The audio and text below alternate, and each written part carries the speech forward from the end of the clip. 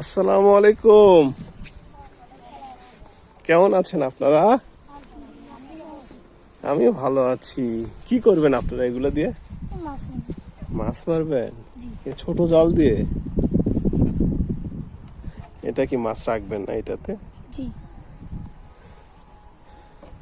ভালো তো। এই ব্যাগের ভিতরে কি কি আছে? হ্যাঁ, বড় জাল আছে। এই নদীতে তো তেমন মাছ নাই এখন। আছে, মাছ আছে তেমন? এগুলোতে কি মাছ পাওয়া যায়? হ্যাঁ, পুঁটি মাছ পাওয়া যায় না?